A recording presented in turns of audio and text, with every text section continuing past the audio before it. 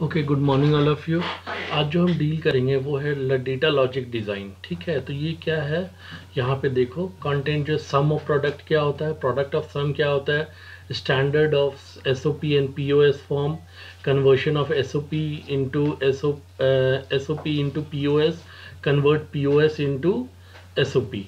ठीक है, और मीन टर्म्स और मैक्स टर्म्स किसको बोलते हैं, ये चार चीज़ हम लोग डिस्कस करेंगे। तो यहाँ पे आते हैं सम ऑफ प्रोडक्ट। तो सम ऑफ प्रोडक्ट क्या होता है, the sum of product is a method of simplifying the Boolean expression of logic gates. ठीक है, तो यहाँ पे देखो sum and product derive from the symbolic representation of or and functions. ठीक है, तो और यानी कि प्लस और एंड यानी कि dot, addition and multiplication simply बोल सकते हैं। तो यहाँ पे देखो ए बी सी यहाँ पे 3 लिखा हुआ है, तो ए बी सी हम यहाँ पे लिखे और यहाँ पे A dash B dash C dash. तो ये देखो ध्यान से, इसमें हम लोग क्या करते हैं, एक मिनट, थोड़ा सा लिखना था तो इसमें नहीं हो पाएगा, तो एक मिनट रुक जाओ थोड़ा सा।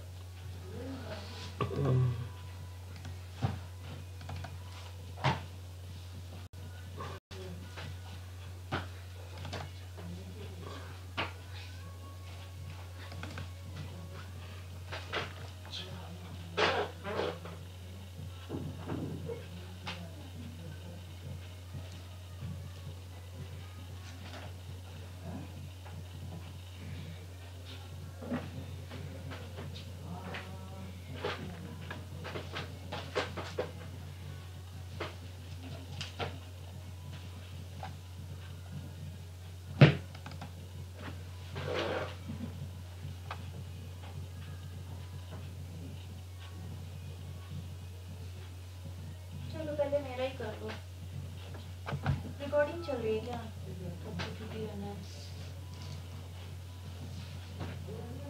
क्या हो गया, क्या ढूंढ रहे हो? एक हाँ देखो यहाँ पे, इसमें हम लोग क्या डील करेंगे, इसमें जो है सम ऑफ प्रोडक्ट, यहाँ पे सम ऑफ प्रोडक्ट बता रहे थे। तो यहाँ पे सबसे पहले आ जाते हैं, देखो ध्यान से देखो यहाँ पे जो ये फंक्शन ए बी सी है, ये 2 टर्म्स लिखा हुआ है। तो यानी क्या है, ए और this is B and this is C और this is output Y, output is Y या फिर एफ आउटपुट वाई। यहाँ पहला क्या है, 0 0 0। ठीक है, फिर क्या है 0 0 1, 8 होगा ना, तो 0 1 और 0, फिर 0 1 और 1, फिर 1 0 और 0, फिर से 1 0 और 1, फिर 1 1 और 0, और ठीक है फिर 1 1 और 1। ये 8 है, 1 2 3 4 5 6 7 और 8। अब देखो यहाँ पे ये क्या बोल रहा है, ए बी सी यानी कि तीनों बार है, तो ये इसका आउटपुट जो है यहाँ पे 1 है।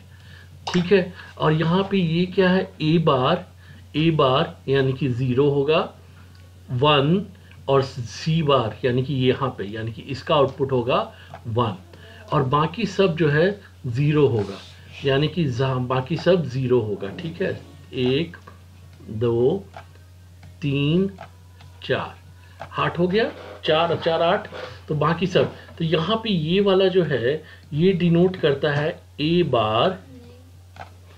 बार बी और सी बार।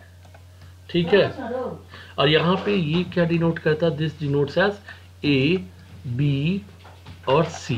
तो ये दोनों टर्म को जो हम लिखे हैं यहाँ पे, ये जो प्रोडक्ट टर्म्स है, ये this is the basically the product terms what we can write. ये जो ट्रूथ टेबल है, ये ट्रूथ टेबल में जो यहाँ पे ये जो आया हुआ है, इसको हम लोग यहाँ पे लिखते हैं, that is called the product of product terms.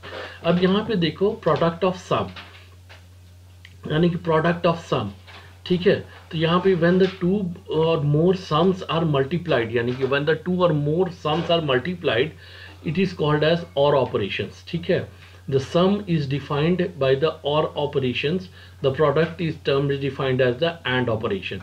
तो यहाँ पे देखो, यहाँ पे जो है तुम्हारा A bar B dot B plus C बार है। ठीक है।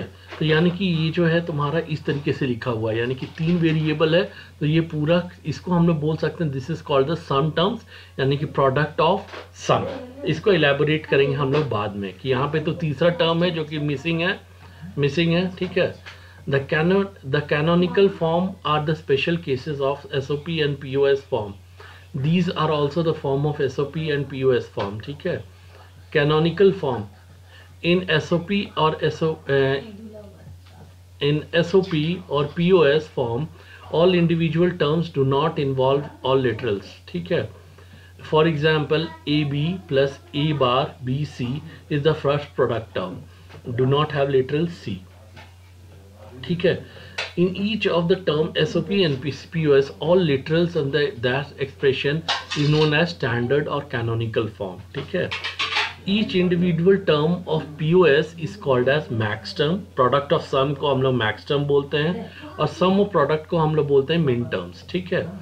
द min terms कहाँ हम लोग लिखेंगे, जहाँ पे आउटपुट हमारा 1 होगा, जैसे यहाँ पे बताए थे कहाँ हम लोग लिखे थे, जहाँ आउटपुट हमारा 1 हो रहा है, तो this is the min terms। और max terms कहाँ लिखेंगे, जहाँ हमारा आउटपुट जो है दैट इज 0 है, तो we perform sum of min terms and also sum of product, we perform product of max term also known as product of sum, ठीक है। convert SOP to standard SOP POS form, ठीक है। तो यहाँ पे आते हैं इसमें, तो find the missing literal in each product if any, ठीक है। each product missing, and each product term having missing literals with the term of ORing the literal and its complement, ठीक है। तो यहाँ पे extending the applying the distributive law of reorder literals, तो यहाँ पे reproduce repeat the product terms A plus A। अब यहाँ पे देखो, यहाँ पे आते हैं इसमें ABC, यहाँ पे एग्जाम्पल है AB BC और AC। तो सबसे पहले हम लोग जो है इसको, ये क्या है, ये जो है सम ऑफ प्रोडक्ट्स है, सम ऑफ प्रोडक्ट्स है, यानी मीन टर्म्स में है। तो लेकिन यहाँ पे हमारा थर्ड जो वेरिएबल मिसिंग है, दैट इज C मिसिंग है, इसमें A मिसिंग है और इसमें B मिसिंग है। तो अब हम क्या करेंगे, C plus C bar equals to 1, यानी कि हम लोग बूलियन अलजेब्रा में पढ़े थे C plus C bar equals to 1, तो इसको हम लोग इसमें एंड करेंगे। इसमें A मिसिंग है तो A प्लस A बार, और इसमें B मिसिंग है तो B प्लस B बार, ठीक है। तो अब क्या हो गया, अब इसको लिख देंगे, यहाँ पे ABC हो जाएगा पहला, फिर ABC बार हो जाएगा दूसरा, ये हो जाएगा ABC, फिर यहाँ हो जाएगा A बार BC, फिर यहाँ पे ABC और यहाँ पे B बार C। अब देखो ABC कितना बार अकर हो रहा है, 1 बार 2 बार और 3 बार, तो इसको हम लोग 1 बार लिख सकते हैं, ठीक है। तो यहाँ पे देखो, यहाँ पे जो हम लोग 1 2 3 बार जो अपीयर हो रहा था उसको 1 बार लिखे हैं, ABC bar, A bar BC और AB बार C, ठीक है। तो ये हो गया मीन टर्म्स में हम लोग इसको कन्वर्ट कर दिए। अब हम लोग प्रोडक्ट ऑफ सम में देखते हैं। प्रोडक्ट ऑफ सम में मिसिंग वेरिएबल्स जो रहेगा उसको हम लोग कैसे लिखते हैं, तो finding the missing variables in each sum term if any, और each sum and having missing literals in terms of ANDing the literal, यानी कि एंड करेंगे इसमें, ठीक है। extends the property applying the distributive law and reorder the literals। तो यहाँ पे सबसे पहले देखो, यहाँ पे ABC है, यहाँ पे क्या किए, ABC dot B plus C plus AC। तो यहाँ पे क्या मिसिंग है, C का टर्म मिसिंग है, यहाँ A का टर्म मिसिंग है और यहाँ पे B का टर्म मिसिंग है, वही लिखा हुआ है यहाँ पे B literal missing, A literal missing और C लिटरल मिसिंग, ठीक है। अब यहाँ क्या करेंगे, तो इसमें हम लोग सम कर देंगे, प्लस C बार, यहाँ पे क्या करेंगे A बार और यहाँ B बार।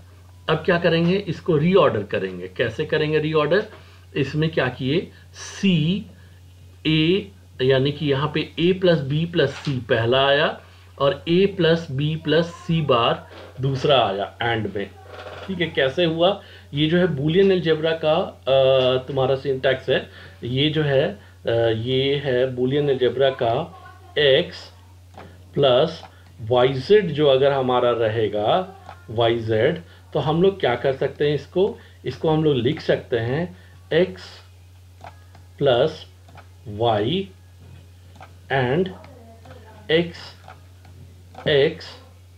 प्लस जेड, वही हम यहाँ कर रहे हैं। ठीक है, देखो यहाँ पे दिस इज x और ये हो गया वाई जेड, तो x प्लस वाई और x प्लस जेड, वही यहाँ पे भी हम लोग लिखे। यहाँ पे क्या लिखे, a ये जो है क्या क्या किए, x प्लस वाई और x plus Z, x plus Y और x प्लस जेड, वही ये वाला जो फॉर्मूला, ये जो बूलियन अलजेब्रा का लॉ है, इसको यहाँ पे हम लोग लगा दिए। अब यहाँ पे जब किए हैं तो यहाँ पे a प्लस बी सी है, तो a प्लस बी सी को एक बार कंसिडर करेंगे, तो this is the final result of your sum terms. ठीक है, प्रोडक्ट ऑफ सम टर्म्स। यहाँ पे जो फाइनल रिजल्ट आया है a plus B plus C, a plus B plus C bar, ये जो है दिस इज द फाइनल। तो ये वाला को हम लोग यहाँ लिख लिए थे और इसको this is the final octet. अब मीन टर्म्स क्या होता है, मीन टर्म्स जो है हम लोग यहाँ पे जो ये जो 1 जो लिखे हैं ना, इसको जो हम लोग लिखते हैं that is called mean terms. किसको, यहाँ पे जो दिखा है ये वाला जो हम लोग लिखे हैं, ये जो 1 जहाँ जहाँ आया है इसमें जो हम लोग लिखेंगे this is called mean terms, और 0 जहाँ आया है यानी कि प्रोडक्ट ऑफ सम में, तो उसमें हम लोग बोलते हैं मैक्स टर्म्स। ठीक है, तो देखो यहाँ पे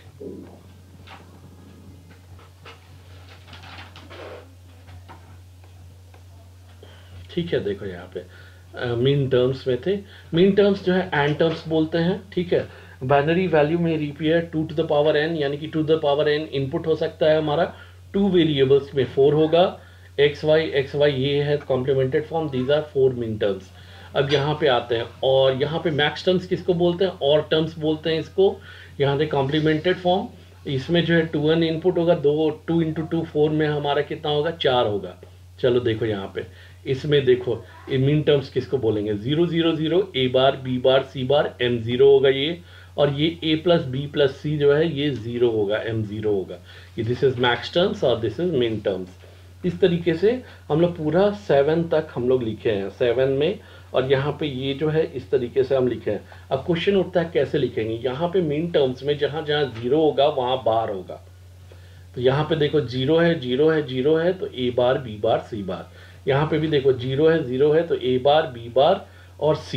यहाँ पे देखो ये क्या है, a बार b और c बार। फिर यहाँ पे क्या है, a बार b c। ठीक है, यहाँ पे क्या होगा, a b bar c bar. यहाँ पे क्या होगा, यहाँ पे होगा a b बार c, यहाँ को होगा a b और c बार, और यहाँ पे क्या होगा a b c।